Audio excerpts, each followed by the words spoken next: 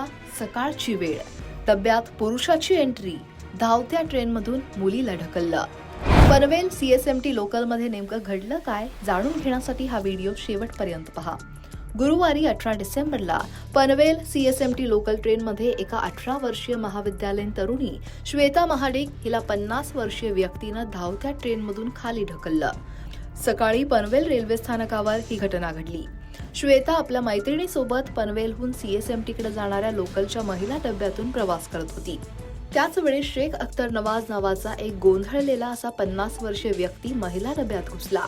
महिला प्रवाशांनी त्याला डब्यातून खाली उतरायला सांगितलं, त्यानं नकार दिला. ट्रेननं वेग पकडला आणि दरम्यान प्रवाशांशी वाद घालणाऱ्या शेखनं श्वेताला मागून धक्का दिला आणि ती धावत्या ट्रेनमधून खाली पडली. रुळांवर पडलेल्या या तरुणीच्या डोक्याला, कमरेला, हातापायांना गंभीर दुखापत झाली आहे. लोकलमधून खाली पडल्यानंतर जखमी अवस्थेत तिनं आपल्या वडिलांना फोन केला, घटनेची माहिती दिली. तिला तातडीनं जवळच्या रुग्णालयात दाखल करण्यात आलं. तिची प्रकृती सध्या स्थिर आहे अशी माहिती डॉक्टरांनी दिली आहे. तर या तरुणीला ढकलल्यानंतर आरोपीनं खांदेश्वर स्थानकात उतरून पळून जाण्याचा प्रयत्न केला. मात्र डब्यातील सतर्क महिला प्रवाशांनी तातडीनं रेल्वे पोलिसांना याची माहिती दिली आणि पोलिसांनी शेख अख्तरला खांदेश्वर स्थानकातून ताब्यात घेतलं. त्याच्यावर खुनाचा प्रयत्न केल्याचा गुन्हा दाखल करण्यात आलाय.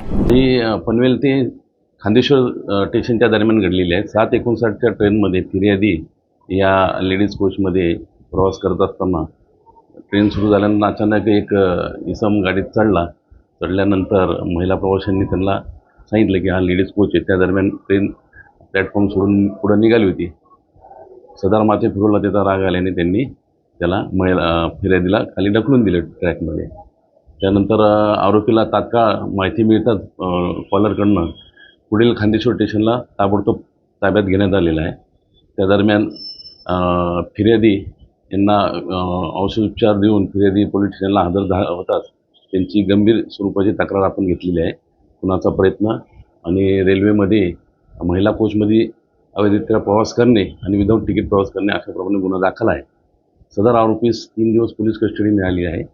तपास सुरू आहे. धक्कादायक बाब म्हणजे गेल्या वर्षी मे 2024 मध्ये अशीच एक घटना घडलेली, जिथे एका मानसिक अस्थिर व्यक्तीनं महिला डब्यात घुसून एका तरुणीला धावत्या ट्रेनमधून खाली ढकललं. ही घटना मुंबईतील महिलांच्या सुरक्षेची गंभीर स्थिती दाखवतेय. मुंबईतील महिलांच्या सुरक्षिततेसाठी वेगवेगळ्या उपाययोजना करण्याची वारंवार मागणी होते. रेल्वे प्रशासनानं महिला प्रवाशांच्या सुरक्षिततेसाठी अनेक पावलं उचलली आहेत.